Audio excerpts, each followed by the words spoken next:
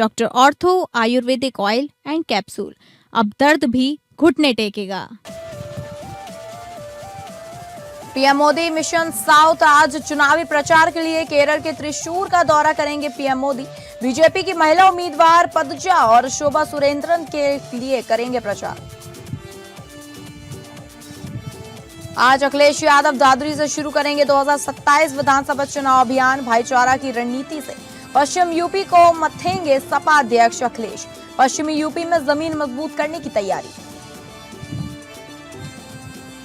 पश्चिम Asia में भीषण जंग जारी। कुवैत इंटरनेशनल एयरपोर्ट पर ईरान ने किया ड्रोन हमला। दुबई में भी अमेरिकी सेना के ठिकानों पर ईरान का हमला। इजरायल ने भी किया पलटवार। ईरान के रिहायशी इलाकों पर इजरायली हमला, 12 घायल। उधर जंग की गुत्थी सुलझाने के लिए पाकिस्तान में कल 3 देशों के विदेश मंत्रियों की बैठक। अमेरिका में नो किंग्स प्रदर्शन। ट्रंप की नीति के खिलाफ सड़कों पर उतरे लाखों लोग। न्यूयॉर्क और सैन फ्रांसिस्को में लाखों लोगों ने निकाला विरोध मार्च। अप्रवासन की नीति के खिलाफ लोगों का प्रदर्शन।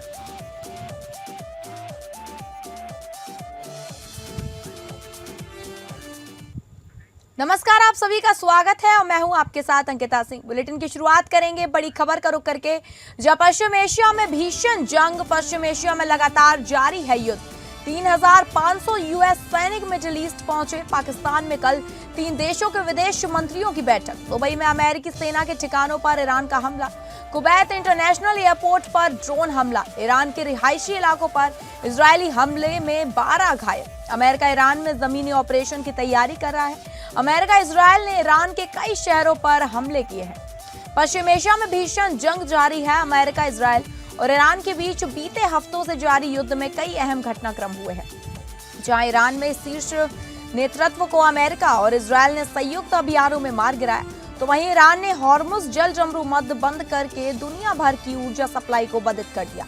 इस बीच अमेरिका के राष्ट्रपति डोनाल्ड ट्रंप लगातार हर हफ्ते ईरान में अपने लक्ष्य बदलते रहे हैं।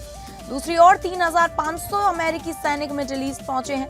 अमेरिकी सेंट्रल कमांड के अनुसार ये सैनिक यूएसएस ट्रिपोली जहाज के जरिए वहां पहुंचे हैं। ये सैनिक और नाविक 31वीं मरीन एक्सपेडिशनरी यूनिट का हिस्सा है। उनके साथ ट्रांसपोर्ट और लड़ाकू विमान भी भेजे गए हैं। पाकिस्तान में कल तुर्की, मिस्र और सऊदी अरब के विदेश मंत्रियों की बैठक होगी। यहाँ वे पाकिस्तानी प्रधानमंत्री शहबाज शरीफ से भी मुलाकात करेंगे। इस्लामाबाद में होने वाली इस बैठक में मिडिल ईस्ट के हालात पर चर्चा होगी। ईरान ने दावा किया है कि उसने दुबई में अमेरिकी सेना के 2 छिपे ठिकानों पर हमला किया है। ईरान के मुताबिक पहले हुए हमले के बाद अमेरिकी सैनिक इन जगहों पर शिफ्ट हुए थे कि राष्ट्रपति मसूद पेजेशियन के शनिवार को खाड़ी देशों को चेतावनी दी थी अब अमेरिका और इजरायल का किसी भी सैन्य कार्यवाही में साथ ना दे। उन्होंने कहा कि अगर ये देश क्षेत्र में स्थिरता और विकास चाहते हैं तो अपनी जमीन का इस्तेमाल ईरान के खिलाफ हमले के लिए ना दे। कुवैत इंटरनेशनल एयरपोर्ट पर शनिवार को कई ड्रोन हमले किए गए, जिससे एयरपोर्ट के रडार सिस्टम को काफी नुकसान पहुंचा। हालांकि इन हमलों में किसी के हताहत होने की खबर नहीं है। इससे पहले भी एयरपोर्ट पर ड्रोन हमला हुआ था, जिसके बाद फ्यूल टैंकों में आग लग गई थी। कुवैत की फायर ब्रिगेड ने बताया कि करीब 58 घंटे तक लगातार चले ऑपरेशन के बाद इस आग पर काबू पाया गया। इजरायल के हमलों ने राजधानी तेहरान के उत्तरी हिस्से और शहर के पश्चिमी हिस्से एक रिहायशी इलाके को निशाना बनाया है। ईरान के साथ चल रहे युद्ध के बीच इजरायल गाजा और कब्जे वाले वेस्ट बैंक में फिलिस्तीनियों पर हमले जारी रखे हुए हैं। अमेरिकी अधिकारियों के हवाले से बताया गया कि अमेरिका ईरान में कई हफ्तों तक चलने वाले जमीनी ऑपरेशन की तैयारी कर रहा है। अधिकारियों के अनुसार यह ऑपरेशन बड़े पैमाने पर नहीं होगा। इसमें स्पेशल फोर्स के छापे और सामान्य पैदल सैनिकों की कार्रवाई शामिल हो सकती है। वहीं अमेरिका और इजरायल ने पिछले कुछ घंटों में ईरान के कई शहरों पर हमले किए हैं। पिछले 24 घंटों में राजधानी तेहरान में भी भारी बमबारी हुई है। कई जगहों पर हमले हुए। 2 यूनिवर्सिटी पर अमेरिकी और इजरायली विमानों ने हमला किया है। need to neuter them for a very, very long time, and that's the purpose. You're right. Gas prices have certainly gone up because of what's going on in the Middle East, but they're going to come down, right? This is a very, very temporary reaction to what is going to ultimately be a short-term conflict. I think the president's been very clear about this, that we're not interested in being in Iran a year down the road, 2 years down the road. We're taking care of business. We're going to be out of there soon, and gas prices are going to come back.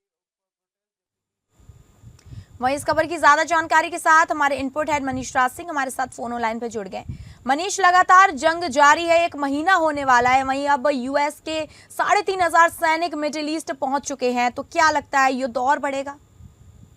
जी बिल्कुल। अब ये जो America, Israel और Iran के बीच जो चल रही है जंग, एक नया मोड़ ले चुकी है।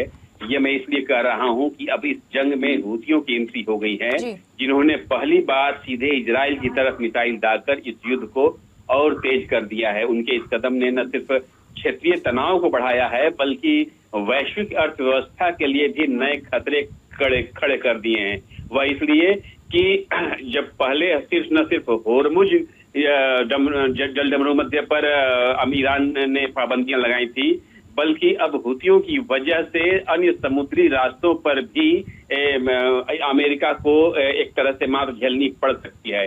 यमन, लाल सागर और अदन की खाड़ी के तट पर हूथियों की जो पकड़ है वह काफी मौजूद है और इनकी राजधानी जो सना है हूथियों के नियंत्रण में है। और इन 2 सागरों को जो जोड़ने वाला है अल मंद्रेब स्ट्रेट, यह वैश्विक अर्थव्यवस्था के लिए काफी अहम है, जहां करीब 12% वैश्विक व्यापार गुजरता है।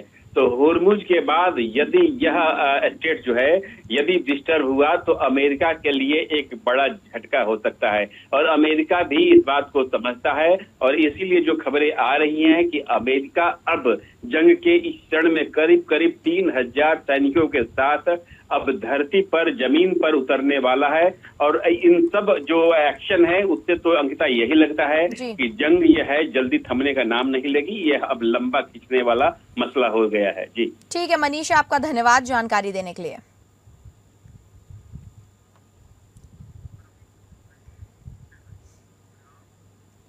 और अगली बड़ी खबर का रुख करेंगे। अमेरिका में नो किंग्स प्रदर्शन, ट्रंप की नीति के खिलाफ सड़कों पर उतरे लाखों लोग। न्यूयॉर्क और सैन फ्रांसिस्को में लोगों ने विरोध मार्च निकाला। अप्रवासन की नीति के खिलाफ लोगों का प्रदर्शन में लगाए गए नारे और तख्तियां भी दिखाई गई। सेंट पॉल से मिनेसोटा तक विरोध में कई बड़ी रैलियां।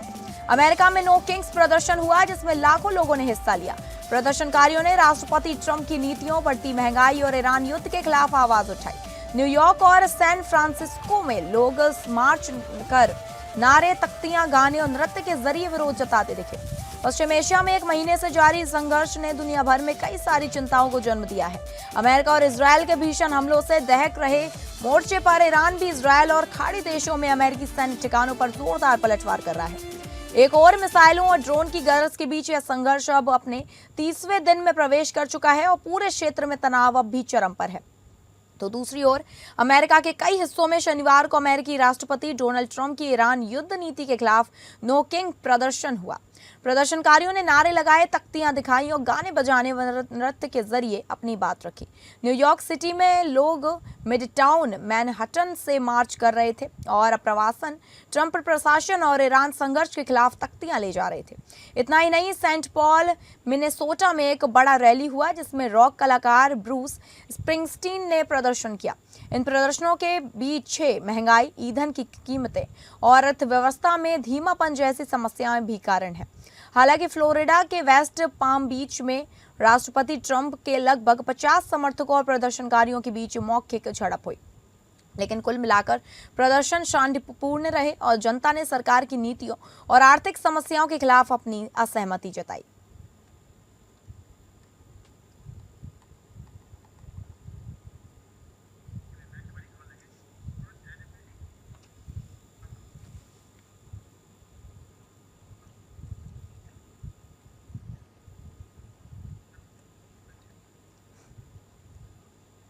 और अगली बड़ी खबर का रुख करेंगे, जहां पीएम मोदी का मिशन केरल। आज चुनावी प्रचार के लिए केरल के त्रिशूर का दौरा करेंगे पीएम। बीजेपी की महिला उम्मीदवारों के लिए करेंगे प्रचार। बीजेपी की महिला उम्मीदवार पद्मजा और शोभा सुरेंद्रन के लिए प्रचार करेंगे। केरल में एड़ी चोटी का जोर लगा रही है बीजेपी। केरल में विधानसभा चुनाव के लिए राजनीतिक दलों ने कमर कस ली है। राज्य में 9 मई को वोटिंग होनी है। इससे पहले प्रधानमंत्री नरेंद्र मोदी ने बीजेपी और एनडीए के पक्ष में माहौल बनाने के लिए मोर्चा संभाल लिया है। प्रधानमंत्री आज चुनावी प्रचार के लिए केरल के त्रिशूर का दौरा करेंगे। इस दौरे पर सबकी नजरें बीजेपी की 2 प्रमुख महिला उम्मीदवारों पर टिकी हैं, जिनके लिए पीएम खुद प्रचार करेंगे। बीजेपी के महिला उम्मीदवार पद्मजा केरल के दिग्गज कांग्रेसी नेता और पूर्व मुख्यमंत्री दिवंगत के करुणाकरण की बेटी हैं। करुणाकरण इंदिरा गांधी के बेहद करीबी माने जाते थे और पद्मजा भी पहले कांग्रेस में थी, लेकिन इस बार वो बीजेपी से चुनावी मैदान में है, जहां उनका मुकाबला अपने ही भाई के मुरलीधरन से है, जो कांग्रेस के टिकट पर वट्टियूर कावू सीट से चुनाव लड़ रहे हैं। पीएम मोदी पलकंड से बीजेपी उम्मीदवार शोभा सुरेंद्रन के पक्ष में भी प्रचार करेंगे। केरल में पीएम मोदी का दौरा इस ओर इशारा कर रहा है कि बीजेपी इस बार दक्षिण भारत में अपनी जड़ें मजबूत करने के लिए एड़ी चोटी का जोर लगा रही है। पार्टी का त्रिशूर और पालकंड जैसी सीटों पर पूरा फोकस है। इसके साथ ही असम में भी अपनी सत्ता बरकरार रखने के लिए भी बीजेपी जमकर तैयारी कर रही है।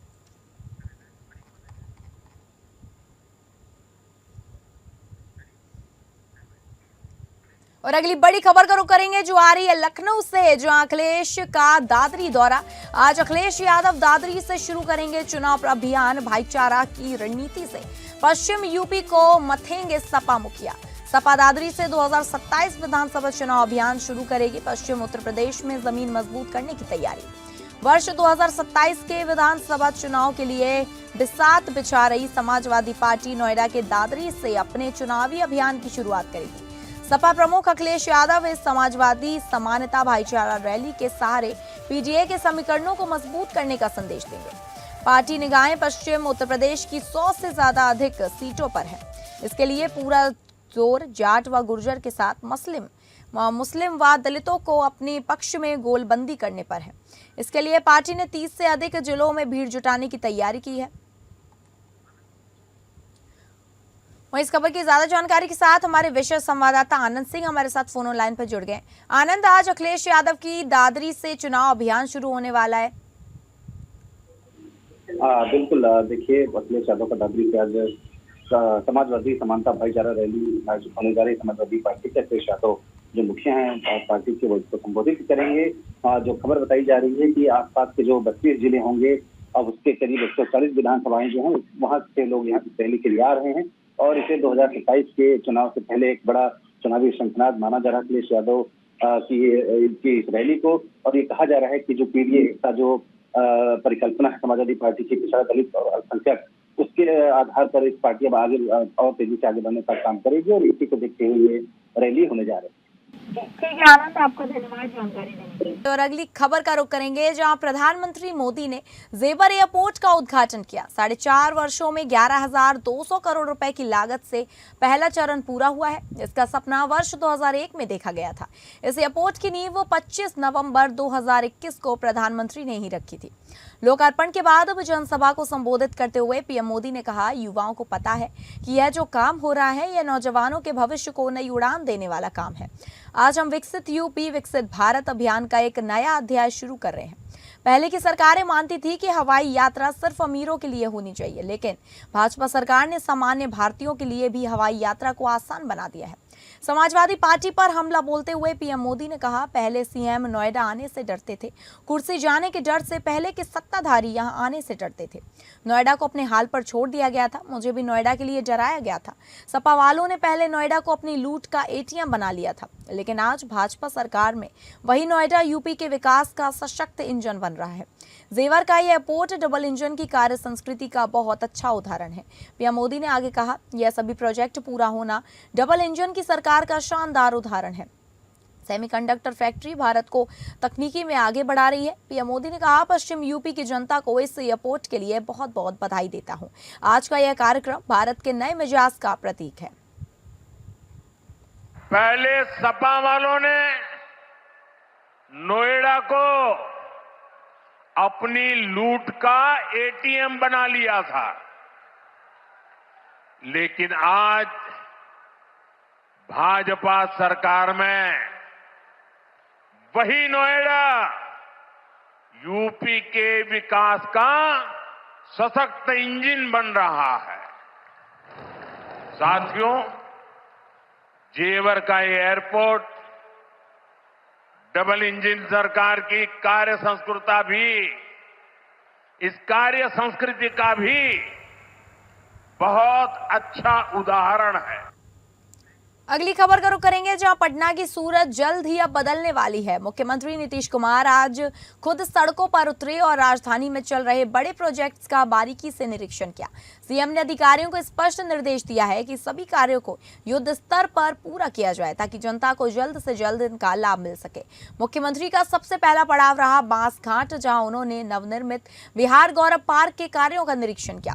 10 एकड़ में फैला यह पार्क देश रत्न डॉक्टर राजेंद्र प्रसाद की समाधि और जेपी गंगा पथ के बीच स्थित है। इस पार्क की खासियत ये होगी कि यहाँ बिहार के स्वर्णिम इतिहास को जीवंत किया जाएगा।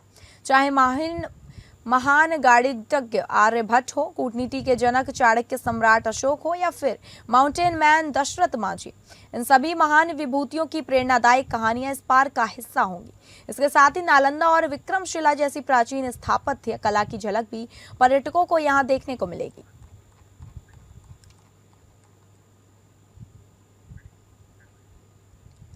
अगली खबर का रुख करेंगे, जहां बिहार के मधुबनी में इतिहास की नई परतें खुलनी शुरू हो गई हैं। बाबूरही प्रखंड के ऐतिहासिक बलिराजगढ़ में भारतीय पुरातत्व सर्वेक्षण के वैज्ञानिक उत्खनन का कार्य शुरू कर दिया गया है। 176 एकड़ में फैले इस विशाल टीले में दफन प्राचीन मिथिला सभ्यता के रहस्यों को दुनिया के सामने लाने के लिए यह खुदाई मील का पत्थर साबित होगी। आपको बता दें कि राज्यसभा सांसद संजय झा और झांझरपुर सांसद आरपी मंडल सहित कई दिग्गजों की मौजूदगी में खुदाई शुरू हुई है। इसे राजा बलि की राजधानी माना जाता है। यहाँ शुंग कुषाण काल से लेकर पाल वंश तक के अवशेष मिलने की संभावना है। सांसद संजय झा के प्रयासों के बाद एएसआई ने फरवरी 2026 में इस नए चरण की मंजूरी दी थी।